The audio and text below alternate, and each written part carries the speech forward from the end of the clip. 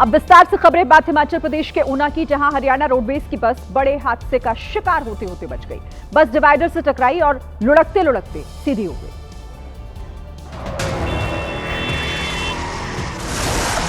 तेज रफ्तार बस पहले डिवाइडर से टकराई और फिर घूमकर खड़ी हो गई। जिस समय यह हादसा हुआ वहां से दो लोग गुजर रहे थे, लेकिन गनीमत रही दोनों बस की चपेट में आने से बच गए। घूमते समय बस दो पहिया पर आ गई थी और लगा कि अब बस पलट जाएगी, लेकिन उसके बाद वो सीधी होकर खड़ी हो गई। हादसा ऊना में एक नामी मिठाई की दुकान के पास हुआ। गनीमत रही कि उस समय सड़क पर कोई दूसरी गाड़ी नहीं दौड़ रही थी। उत्तराखंड के उत्तरकाशी से भी बेहद डरावनी तस्वीरें सामने आई और तेज रफ्तार रोडवेज बस ने स्कूल बस को पीछे से जोरदार टक्कर मार दी। और जब ये टक्कर हुई तो स्कूल बस में बच्चे सवार थे। टक्कर इतनी तेज थी कि बच्चों की सांसें ऊपर नीचे हो गई।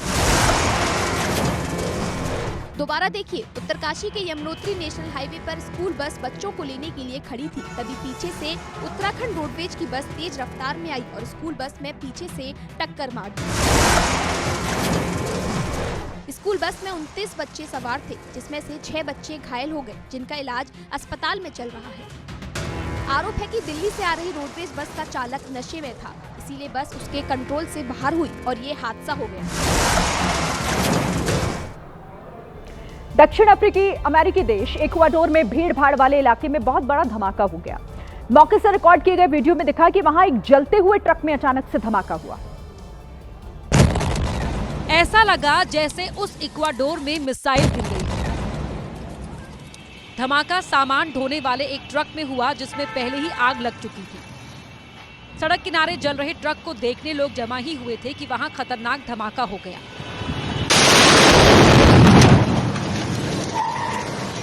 धमाके में एक कैब ड्राइवर की मौत की पुष्टि हुई, जो वहीं पर खड़ा था।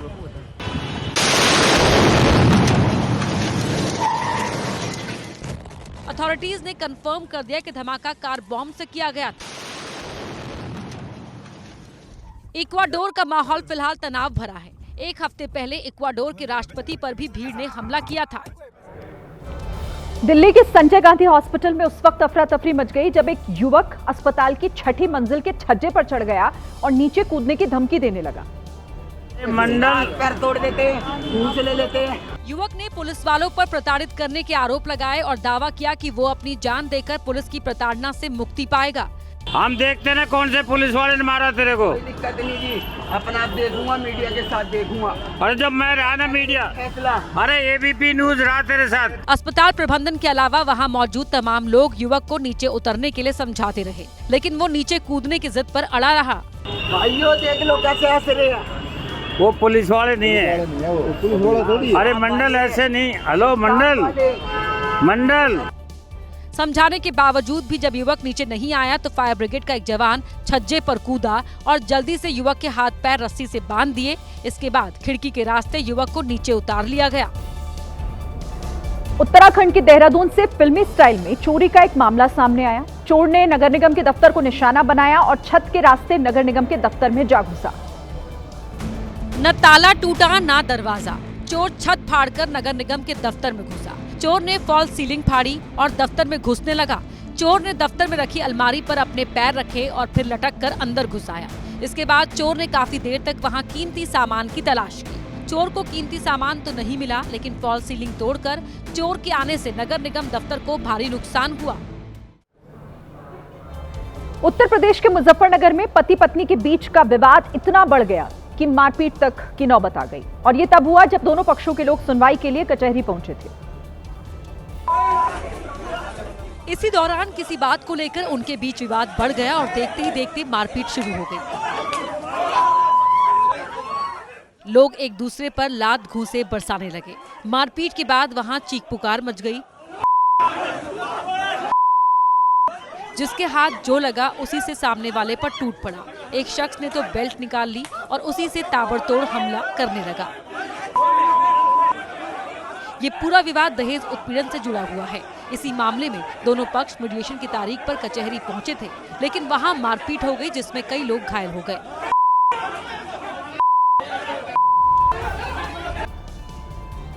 पुणे में डेक्कन चौपाटी पर आपसी विवाद के बाद जमकर मारपीट हो गई। चौपाटी पर रखी हुई कुर्सियां हथियार बन गई और विरोधी गुट पर हमला किया गया। दोनों गुटों में जैसे ही तल्खी बढ़ी, डेक्कन चौपाटी का मैदान जंग में बदल गया। कुर्सियां फेंक फेंक कर मारपीट शुरू हो गई। वीडियो में आप देख सकते हैं कि कुछ लोग कुर्सियों से एक दूसरे पर जबरदस्त हमला कर रहे हैं। युवक को कुर्सियों से इतना मारा कि वो लहूलुहान होकर गिर गया। एक गुट ने दूसरे गुट के लोगों को इस कदर मारा कि मौके पर अफरा तफरी मच गई। इस दौरान आसपास खड़े लोग तमाशबीन बने रहे। किसी ने भी आगे बढ़कर विवाद को सुलझाने की कोशिश नहीं की। बिहार चुनाव से जुड़ी हुई बड़ी खबर इस वक्त आ रही है। चिराग की पार्टी ने अपने उम्मीदवारों की पहली लिस्ट जारी कर दी है। एलजेपी रामविलास ने 14 उम्मीदवारों की पहली लिस्ट जारी की है। पूर्वी चंपारण से गोविंदगंज से राजू तिवारी को टिकट दिया गया है और पटना के पालीगंज सीट से सुनील कुमार को टिकट मिला है। वहीं भागलपुर के नाथनगर से मिथुन कुमार प्रत्याशी घोषित किए गए हैं। तो ये पहली लिस्ट जारी की गई है।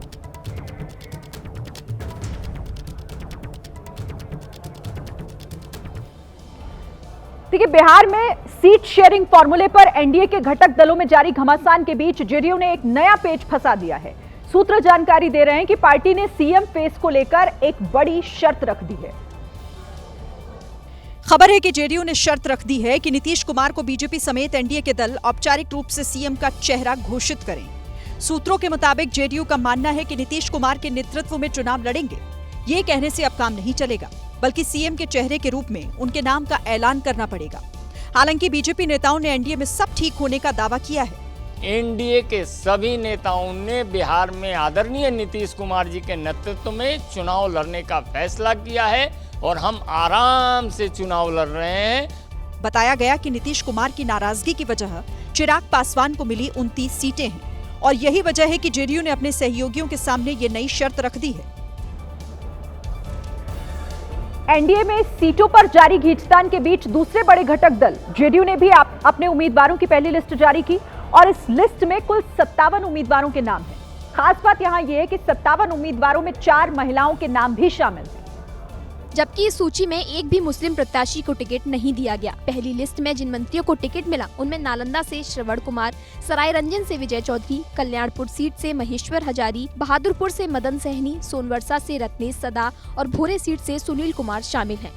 इसके अलावा जिन महिला उम्मीदवारों को प्रत्याशी बनाया गया उनमें मधेपुरा विधानसभा सीट से कविता साहा, गायघाट से कोमल सिंह, समस्तीपुर से अश्वमेध देवी और विभूतिपुर सीट से रवीना कुशवाहा हैं। जेडीयू ने अपनी पहली सूची के जरिए जातिगत संतुलन साधने की पूरी कोशिश की है। पार्टी ने विभिन्न वर्गों और क्षेत्रों से उम्मीदवारों को मौका देकर राजनीतिक संतुलन बनाए रखने की रणनीति अपनाई है। देखिए, बिहार विधानसभा चुनाव के लिए बीजेपी ने अपनी दूसरी लिस्ट जारी कर दी और इस लिस्ट में बीजेपी के 12 उम्मीदवारों के नाम शामिल हैं। इस लिस्ट में सबसे प्रमुख नाम लोक गायिका मैथिली ठाकुर और पूर्व आईपीएस अधिकारी आनंद मिश्रा का है। मैथिली ठाकुर को अलीनगर विधानसभा सीट से उम्मीदवार बनाया गया, तो वहीं आनंद मिश्रा को बक्सर से टिकट दिया गया है। पार्टी ने बाढ़ से ज्ञानेंद्र ज्ञानू को टिकट जो है वो इस बार काट दिया है और इस सीट से डॉक्टर सियाराम सिंह को प्रत्याशी बनाया गया। छपरा से सीएन गुप्ता का टिकट काटकर उनकी जगह छोटी कुमारी को प्रत्याशी बनाया गया।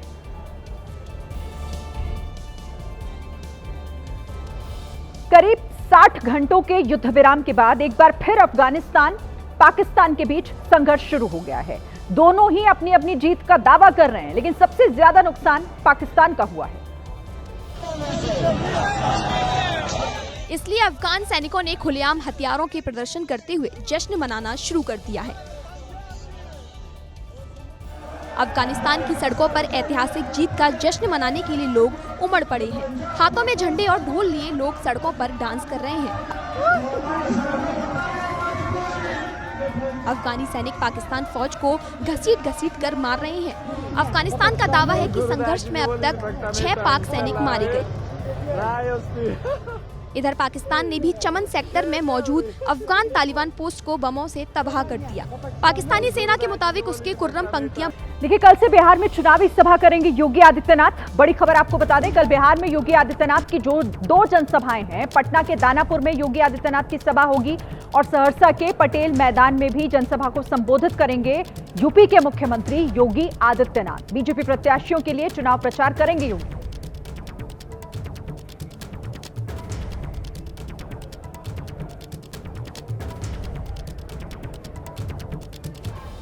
और इसी बस हादसे से जुड़ी हुई एक बड़ी खबर जयपुर से आ रही है, जहां हादसे पर एक्शन भी अब शुरू हो गया है। पता चला है कि बस का रजिस्ट्रेशन राजस्थान के चित्तौड़गढ़ जिले में हुआ था। अब चित्तौड़गढ़ के ट्रांसपोर्ट विभाग के उस अधिकारी को सस्पेंड कर दिया गया जिसने निरीक्षण के बाद उसको सर्टिफिकेट दिया था। साथ ही मुख्यमंत्री भजनलाल ने राजस्थान में बसों की जांच के निर्देश भी जारी कर दिए हैं।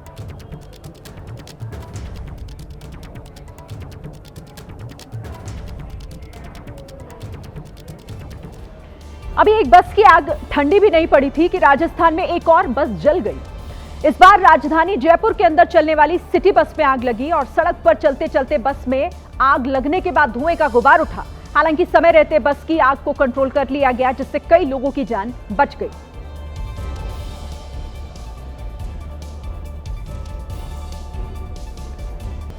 देखिए, राजस्थान के जैसलमेर में बस के अंदर 20 लोग जलकर मर गए।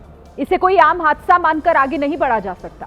यह निश्चित तौर पर एक गैर इरादतन हत्या जैसा केस है, क्योंकि अब तक की जांच में जो कुछ सामने आया उसके मुताबिक ये मौत आग की वजह से कम और बस वालों और सिस्टम की लापरवाही की वजह से ज्यादा हुई है। बताया गया कि लगभग 3:30 बजे एसी बस के कंप्रेसर में धमाके के बाद आग लगनी शुरू हुई।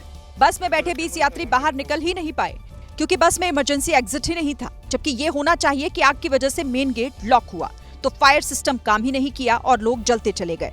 कम से कम 12-15 लोग सड़क पे ऐसे मतलब बदहवास में हालत में, कोई पेड़ के नीचे, कोई कहीं लेटा हुआ, कोई कहीं। फायर ब्रिगेड जब तक पहुंचा तब तक एक इंसान भी उसे जिंदा नहीं मिला। अब ये सब सुनकर पीड़ितों का परिवार गुस्से में है। ट्रेवल्स वाला है तो उनको ये पता नहीं होता क्या इसी की बसें हैं कि जान से खेलते हैं क्या लोगों के, समझ क्या लगा इन्होंने अपने आप को। हादसे के बाद सड़क पर पड़ी लावारिस लाशों को देख रहे मुख्यमंत्री भजनलाल की अगर संवेदनाएं जागी हों तो उन्हें मरने वाले इन लोगों को न्याय देने में देर नहीं करनी चाहिए। इस बस के अंदर मरने वालों में कुछ बच्चे थे, उनके माँ बाप थे, कोई कपल प्री वेडिंग शूट के लिए जा रहा था, कोई परिवार दिवाली की छुट्टियां मनाने के लिए अपने गांव लौट रहा था। ऐसा ही एक परिवार इस हादसे में खत्म हो गया। माता पिता और 3 छोटे छोटे बच्चे। ये शेरगढ़ के लोहारण गांव का प्रजापत परिवार था जो कल कुछ मिनटों के अंदर खत्म हो गया। परिवार अब जनप्रतिनिधियों के सामने गुहार लगाते हुए यही मांग कर रहा है कि किसी तरह उन्हें न्याय मिल जाए। छुट्टियां मनाने जा रहा परिवार एक झटके में बर्बाद हो गया। अब डीएनए सैंपल के जरिए ही परिवार की पहचान होगी। एक आरोप यह भी है कि हादसे वाली जगह पर पहुंचने के बाद 3 एम्बुलेंस ने धोखा दे दिया। किसी की लाइट नहीं जल रही थी, किसी में डीजल नहीं था, तो कोई ड्राइवर एम्बुलेंस आगे बढ़ाने के लिए ओटीपी का इंतजार कर रहा था। जलने के बाद अस्पताल तक जाते जाते घायलों ने राजस्थान के स्वास्थ्य विभाग की बदतर हालत देख ली। आने में 3-4 घंटे लग गए और एम्बुलेंस के अंदर नर्सिंग स्टाफ चाड़ा नहीं था, वो भी समस्या थी। एम्बुलेंस की लाइट नहीं पड़ रही थी। देरी से आने के साथ 3 एम्बुलेंस ने धोखा दिया। एक एम्बुलेंस शाम तक आई तो उसकी हेडलाइट ही खराब थी। दूसरी गाड़ियों की लाइट के सहारे वो अस्पताल तक पहुंची। दूसरी एम्बुलेंस आई तो उसमें डीजल ही नहीं था। तड़पते हुए लोगों को लेकर उसका ड्राइवर पेट्रोल पंप ढूंढ रहा था। तीसरी एम्बुलेंस का ड्राइवर ओटीपी के इंतजार में खड़ा रहा। जब तक उसके फोन में ओटीपी नहीं आया उसने एम्बुलेंस वहीं खड़ी रखी। वहां मौजूद लोग कह रहे हैं कि अगर समय पर एम्बुलेंस आती और मरीज अस्पताल पहुंचते तो मौत का आंकड़ा इतना ज्यादा नहीं होता। बात मध्य प्रदेश की, जहां दमोह में लापता नर्सिंग स्टूडेंट का शव मिलने के बाद हंगामा मच गया। सड़क पर प्रदर्शन कर रहे परिवार वालों का गुस्सा पुलिस पर फूटा। भीड़ से महिलाओं ने पुलिस वालों पर चप्पल फेंक कर मारी।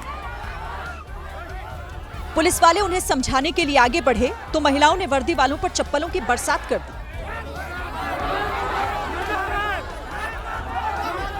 हंगामे की तस्वीरें मध्य प्रदेश के दमोह के जिला अस्पताल के सामने की हैं।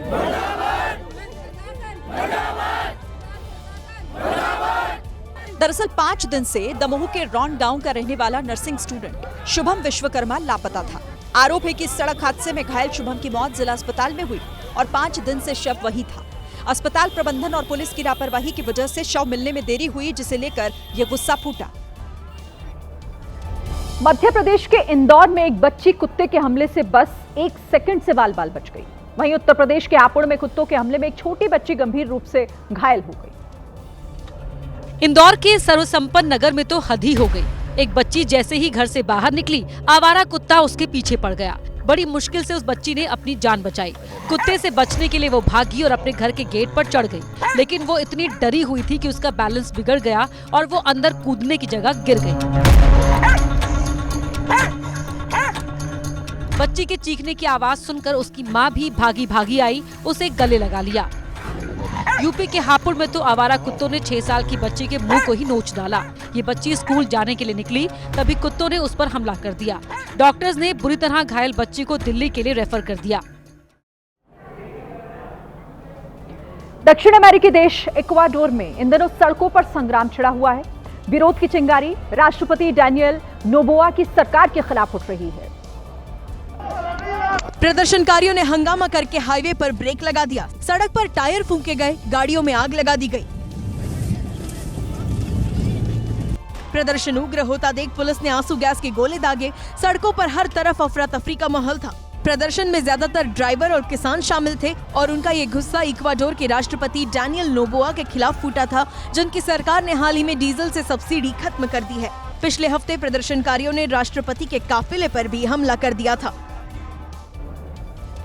दिवाली से पहले उत्तर प्रदेश में खाद्य विभाग की टीम ने नकली पनीर और मिठाई बनाने वालों के खिलाफ एक अभियान छेड़ दिया है और उसी अभियान के तहत यूपी के अमरोहा से खाद्य विभाग ने 1 लाख रुपए का नकली पनीर बरामद किया।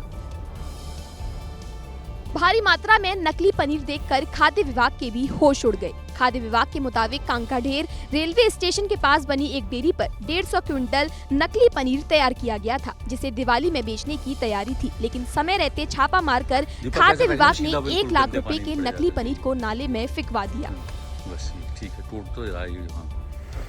इस तरह ताजनगरी आगरा में भी छापा मारकर 5 दुकानों से नकली पनीर और मिलावटी दूध जब्त किया गया, जिसे अधिकारियों ने नष्ट करवा दिया। लोगों की सेहत के साथ खिलवाड़ यूपी के गोंडा, कन्नौज और राजस्थान के टोंक में भी किया जा रहा था, लेकिन खाद्य विभाग की टीम ने मिलावट का पता लगाकर गोंडा और कन्नौज में मिलावटी छेने नाले में फिकवा दिए, तो टोंक में नकली मिठाई और मावा जब्त कर लिया। मिलावट के जहर से आज हर कोई परेशान है। बाजार में नकली पनीर बिक रहा है, घर में मिलावटी दूध आ रहा है। लोगों को समझ ही नहीं आ रहा कि आखिर वो इस मिलावट की पहचान कैसे करें। तो आज हम आपको सरल तरीके से बताते हैं कि आप घर बैठे कैसे जान जाएंगे कि पनीर असली है या फिर नकली। देखिए, असली पनीर नरम और दानेदार होता है। अगर पनीर सख्त दिखे, चिपचिपा लगे तो आप समझ जाइएगा कि पनीर नकली है। असली पनीर दूधिया होता है, स्वाद में थोड़ा मीठा होता है। अगर पनीर का स्वाद कड़वा लगे तो समझ लें आप यहाँ कि ये पनीर मिलावटी है। पनीर को छोटे टुकड़ों के करीब 10 मिनट उसे पानी में उबालकर भी आप देख सकते हैं। नकली और असली की पहचान हो जाएगी।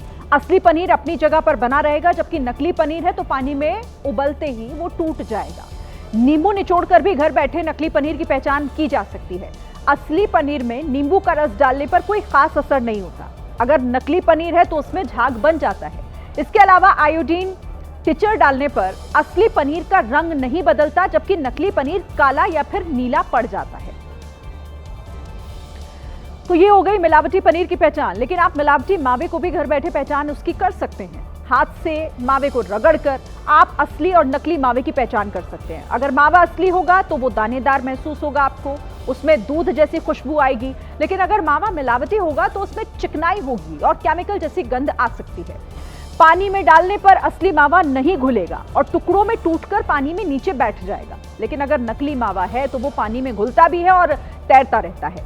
आयोडीन की कुछ बूंदें डालकर गर्म पानी मिलाने पर नकली मावा काला या फिर नीला पड़ जाता है, जबकि असली मावा अपना रंग नहीं बदलता है। बिहार में पहले चरण के चुनाव के लिए 17 अक्टूबर के बाद नामांकन बंद हो जाएंगे और महागठबंधन में हालात ये हैं कि अभी तक सीट बंटवारा ही फाइनल नहीं हो पाया है। सूत्र बता रहे हैं कि अभी भी कुछ सीटों को लेकर आरजेडी और कांग्रेस के बीच तनातनी की स्थिति है, क्योंकि कांग्रेस की डिमांड लिस्ट लगातार बढ़ती जा रही है। सूत्र बता रहे हैं कि कांग्रेस पहले 60 सीटों पर अड़ी थी और तेजस्वी 58 सीटों पर राजी हुए थे।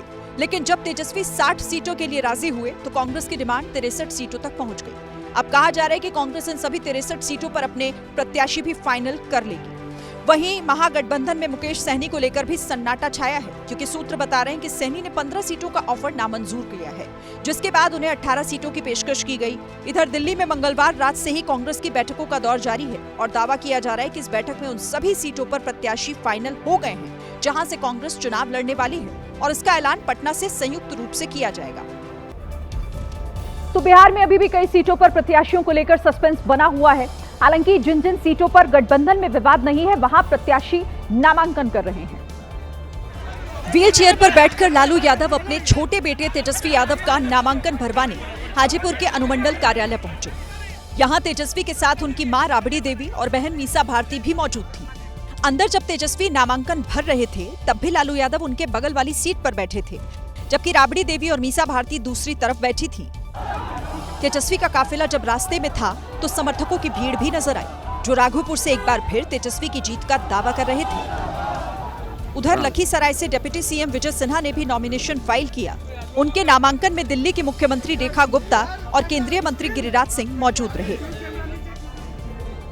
8 दिन बाद आईपीएस अफसर पूरन कुमार का अंतिम संस्कार किया गया।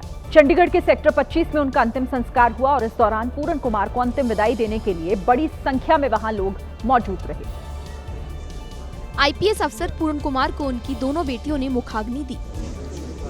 अंतिम संस्कार के समय दिवंगत पूरन कुमार की पत्नी अमनीत कुमार समेत पूरे परिवार की आंखें नम दिखीं। वहीं हरियाणा पुलिस ने वाई पूरन कुमार को गार्ड ऑफ ऑनर दिया।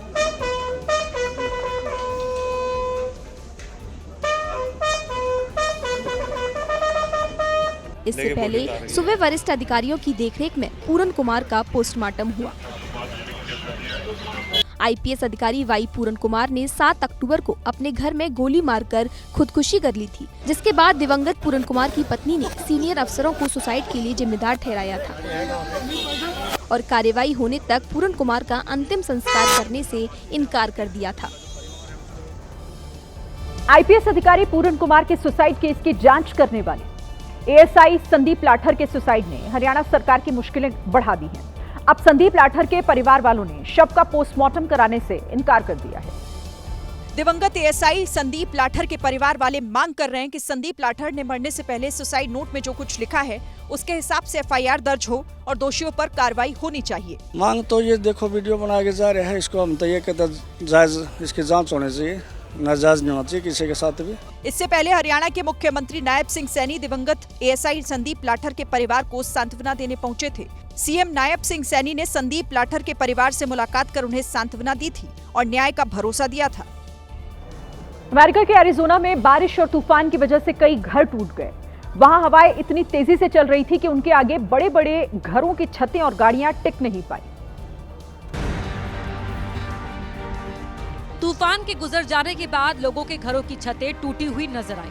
छत के साथ अंदर का हिस्सा भी ऐसा टूटा मानो किसी भूकंप ने उनकी नींव हिला दी हो। लकड़ी के बने घरों के अस्थायी हिस्से टूट टूट कर सामने खड़ी गाड़ियों पर भी गिरे। बताया गया कि तूफान के साथ इलाके में 10 मिनट के अंदर ही ऐसी खतरनाक बारिश हुई कि फिर उसके बाद पानी को कंट्रोल करना नामुमकिन हो गया। मौसम के शांत होने के बाद अब तबाही से उबरने की कोशिश है। 8 साल बाद आखिरकार दिल्ली एनसीआर में रहने वाले लोग खुलेआम पटाखे फोड़ सकते हैं। सुप्रीम कोर्ट ने दिल्ली एनसीआर में पटाखों पर लगा हुआ बैन हटा दिया है। अब दिल्ली में भी दिवाली के दिन बिना किसी रोक टोक के पटाखे फोड़े जाएंगे। हालांकि प्रदूषण के मानकों को पूरा करने वाले ग्रीन पटाखे ही जलाने की अनुमति होगी। सुनवाई के दौरान कोर्ट ने कहा, बैन लगने से कोई खास असर नहीं हुआ, बल्कि तस्करी और ज्यादा बढ़ी। उत्सव की भावना को ध्यान में रखते हुए केंद्र और दिल्ली सरकार के अनुरोध को माना जाता है। इधर पटाखों पर बैन हटने को बीजेपी ने अपनी उपलब्धि बताई। कोई ऐसा लगता था पटाखे जलाते हुए जैसे क्राइम कर रहे हैं। आज दिल्ली में पटाखों की ही चर्चा रही। होली आई तो पानी वेस्ट, दिवाली आई तो पोल्यूशन, मतलब हिंदू अपना कुछ ना करे। तो जो छोटे स्टॉल्स वगैरह तो उसमें फिर भी वो पटाखे लेके आते हैं। दिक्कत पटाखे नहीं, उससे अगले दिन होने वाले प्रदूषण की रहती है। अनुमति मिलने के बाद ग्रीन या खतरनाक कौन से पटाखे जल रहे हैं, इसकी सही से जांच अब सबसे बड़ा टास्क होगा। हालांकि सुप्रीम कोर्ट ने दिल्ली में पटाखे जलाने के भी नियम तय किए हैं, जिसके मुताबिक पटाखों की बिक्री 18 अक्टूबर से लेकर दिवाली वाले दिन तक यानी कि 21 अक्टूबर तक होगी और पटाखे भी दिवाली के एक दिन पहले और दिवाली के दिन ही फोड़े जा सकते हैं। पटाखे फोड़ने का समय भी तय किया गया है। दिल्ली एनसीआर में आप सुबह 6 बजे से लेकर रात 10 बजे तक ही पटाखे फोड़ पाएंगे। उसके बाद अगर आप फोड़ते हैं तो फिर कार्रवाई हो सकती है। और जिन लोगों को लड़ी वाले पटाखे फोड़ने पसंद है वो जरा सावधान रहें, क्योंकि कोर्ट ने उस पर पाबंदी लगाई है। इस बार आप लड़ी वाले पटाखे नहीं जला पाएंगे। ग्रीन पटाखे भी वहीं पर बिकेंगे जिसमें अलग से QR कोड बना होगा। इसके साथ कोर्ट ने आदेश न मानने वालों पर कार्रवाई का भी ऑर्डर दिया है। पुलिस से कहा गया है कि वो टीम बनाकर गलत पटाखा बेचने वालों पर एक्शन ले। नक्सलवाद को देश से पूरी तरह खत्म करने की मुहिम जारी है। इसी कड़ी में लगातार कई नक्सली सरेंडर करते भी नजर आ रहे हैं। महाराष्ट्र के गढ़चिरौली में 60 नक्सलियों ने सरेंडर किया है। और इसी फेरिस्त में 6 करोड़ के इनामी नक्सली सोनू दादा उर्फ भूपति का भी नाम है, जिसने 5 राज्यों में आतंक मचा रखा था। भूपति महाराष्ट्र, छत्तीसगढ़, तेलंगाना, उड़ीसा और आंध्र प्रदेश समेत कई राज्यों में आतंक का पर्याय बन चुका था। भूपति माओवादी संगठन की केंद्रीय कमेटी का सदस्य और पोलित ब्यूरो का फायर ब्रांड मेंबर रहा। भूपति ने अब अपने 60 से ज्यादा साथियों के साथ महाराष्ट्र के गढ़चिरौली जिले के पुलिस मुख्यालय में सरेंडर किया। सरेंडर के वक्त नक्सलियों के कई हथियार, जिनमें AK-47 और इंसास राइफलें भी शामिल हैं, पुलिस को सौंप दिए गए। केदारनाथ धाम की कठिन यात्रा खत्म होने जा रही है। अडानी ग्रुप के चेयरमैन गौतम अडानी ने सोनप्रयाग केदारनाथ रोपवे परियोजना का एक वीडियो शेयर किया है। वीडियो में बताया गया कि अब किस तरह 13 किलोमीटर की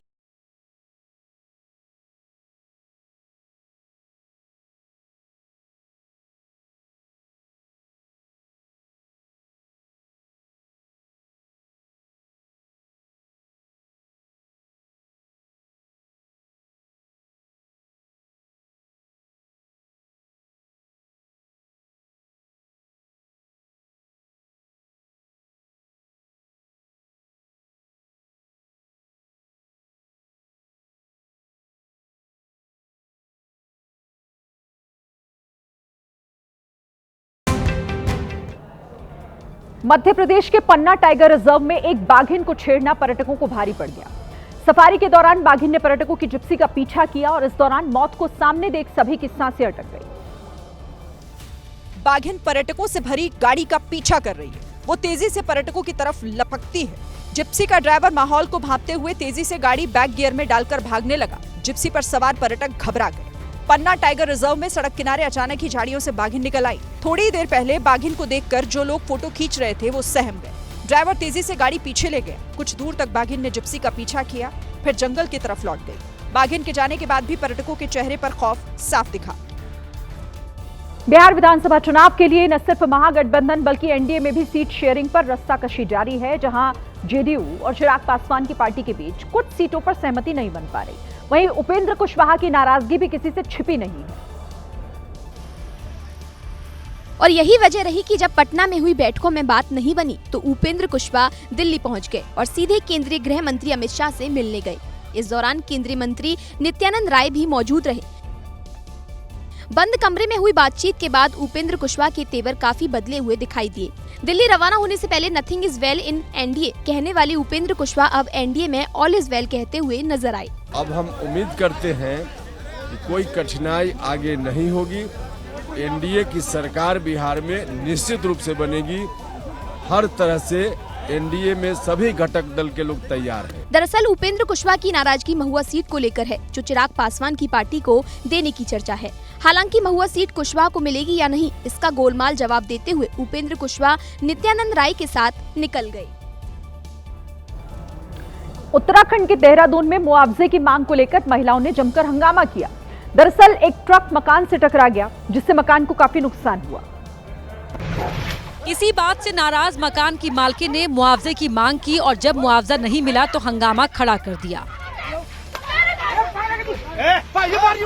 नाराज महिलाओं ने ट्रक में आग लगाने की कोशिश की और जब पुलिस ने उन्हें ऐसा करने से रोका तो उनके बीच धक्का मुक्की होने लगी। इस दौरान एक महिला ने पुलिस वाले पर डंडे से हमले की कोशिश की, जबकि दूसरी महिला ट्रक के टायर के पास बैठ गई और आग लगाने की जिद पर अड़ गई। काफी कोशिश के बाद पुलिस ने हंगामा कर रही महिलाओं को वहां से अलग हटाया। उत्तराखंड के रुद्रपुर में एक होटल में हिंदू संगठन के लोगों ने विशेष समुदाय के युवक को जमकर पीटा। आरोप यह है कि युवक ने नाम बदलकर लड़की को प्रेम जाल में फंसाया और फिर उसे होटल लेकर पहुंचा। लड़की के होटल में जाने की भनक जब हिंदू संगठन के लोगों को लगी तो होटल में उन्होंने युवक को पीट दिया। तूने हरकत कैसे करी? क्या नाम बोल? नाम बोल। आरोपी ने अपना नाम अहद ठाकुर बताया था, जबकि असल में वो अहद खान था। चाचा का नाम बता। चाचा का नाम बता। तो इसी के साथ ये थी आज की एबीपी रिपोर्ट। कल भी जारी रहेगी खबरों की खोज। आगे रहने के लिए आप देखते रहिए एबीपी न्यूज। नमस्कार।